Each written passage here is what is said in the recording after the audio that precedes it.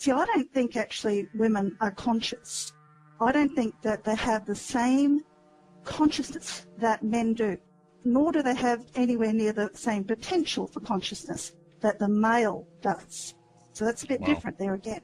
And why I say this is because women, you know how they're always wanting things as you were describing, and they want more and more materialistic things, and they want the husband to be there emotionally for them, and they want kids to live through, you know, basically spit the kids out so that you can, you know, show them off and say, well, I'm a mother. All that sort of stuff. They need all these props. But how come somebody that seemingly is supposed to be equally as conscious, well, that's what, you know, the feminists want to tell us, that they're equally as conscious as men. How come these, you know, things need all these props? It must be because they don't actually have the same sort of inner existence as men do. Men don't need all those props. You were saying before, men can, you know, go out, live out in the bush and be their own man and live independently, but women couldn't do that.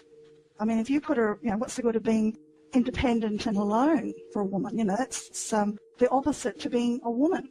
So the thing is that if you know, men have to accept that they are the conscious ones. They have an inner life.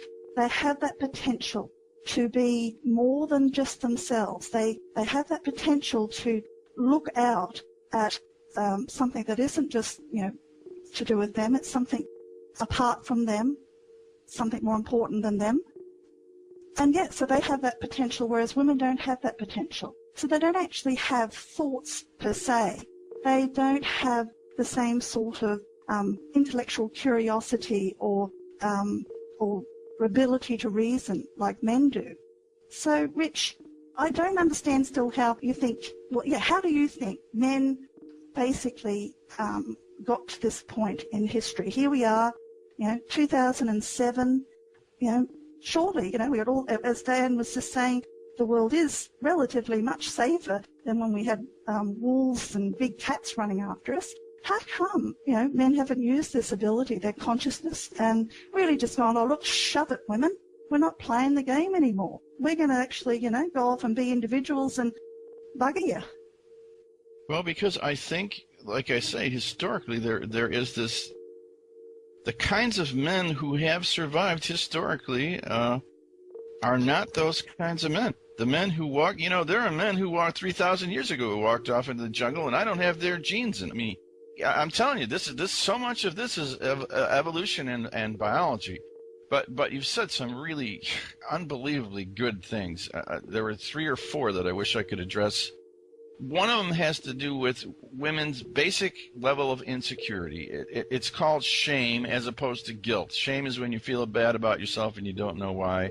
Guilt is when you did something wrong, so you know why you feel bad about yourself. But women are much more deeply shamed than men. And you could sit down and watch TV. You know, it's constantly, the men are stupid, the wife is telling the guy what to buy. I mean, it suffuses our culture.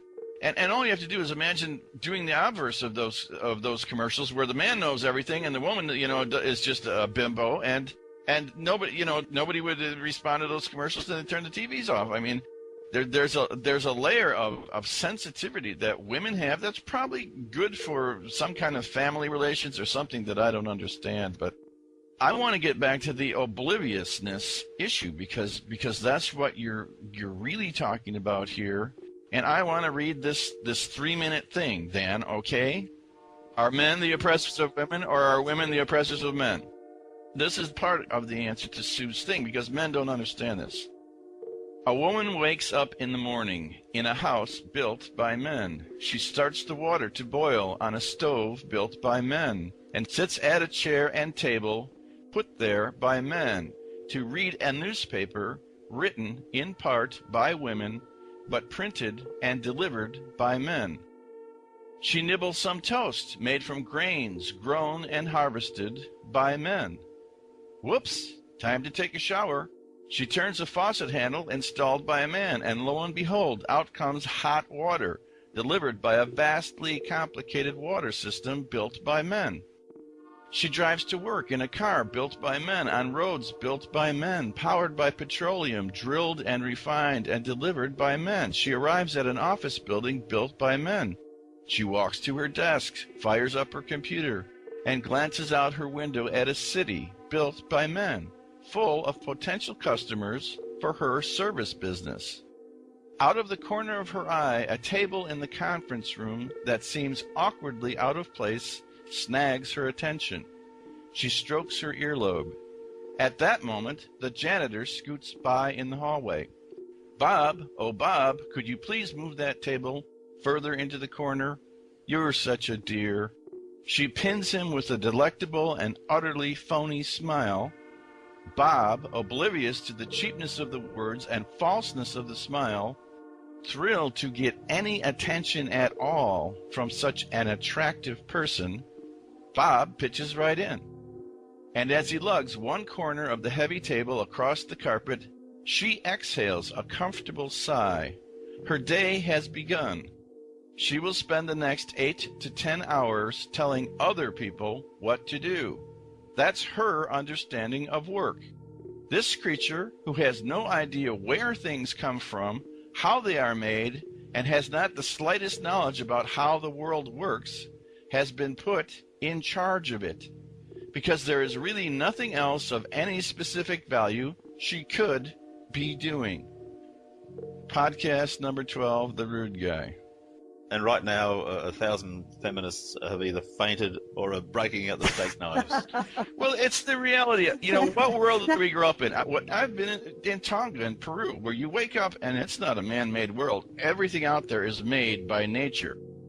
You know, the birds, the trees, there's no electricity. There's nothing out there except stuff that was made, you know, by nature. And modern people live in cities where everything is literally man-made. Every time you flip on a light switch, all this stuff. And so as Sue started talking out about it, and one of my basic principles is that you can answer what women want with one word. The word is more.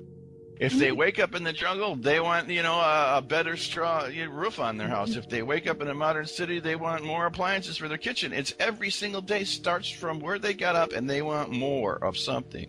Right or wrong, Sue? I don't know. Correct, absolutely correct. Yes, there is no end to her wants and needs. Yeah. And there will never be. But what's the reason for that? Easily because she doesn't have any connection to the world other than through woman. And woman is, by her very nature, you were talking about biology before, Rich, by her very nature is never satisfied, can never be satisfied, because she actually has no connection to anything. There is not that depth of mind to allow her to have a connection. So it's all just superficial. It's all very shallow. It's all spontaneous. Nothing is deep. You were saying before, Rich, about men having deeper emotions. Of course they've got deeper emotions. They actually have an inner self to house those deeper emotions. Women don't have that. It's all just now. Everything is in the present moment. And of course, this is why she doesn't have to do any of those things you were talking about, Rich. She doesn't have to build a table or build a computer or do the janitor's job or go fight a war or be a cop if she doesn't want to, that is. She doesn't have to because it doesn't serve her or most importantly, it doesn't serve woman. You were saying earlier about woman being born fully formed. She comes out as a woman. She lives her whole life as that, Rich. She doesn't gain anything from doing anything. She doesn't gain anything from being Prime Minister or President of the United States. She doesn't gain anything from being the CEO of a major corporation, nor does she gain anything from being able to understand the feminine. She definitely will not ever understand the feminine, because if she did, she then automatically removes herself from it. She automatically becomes masculine. So this is why she has no need to be worrying about or being grateful. Oh, spit, chips, oh, vomit.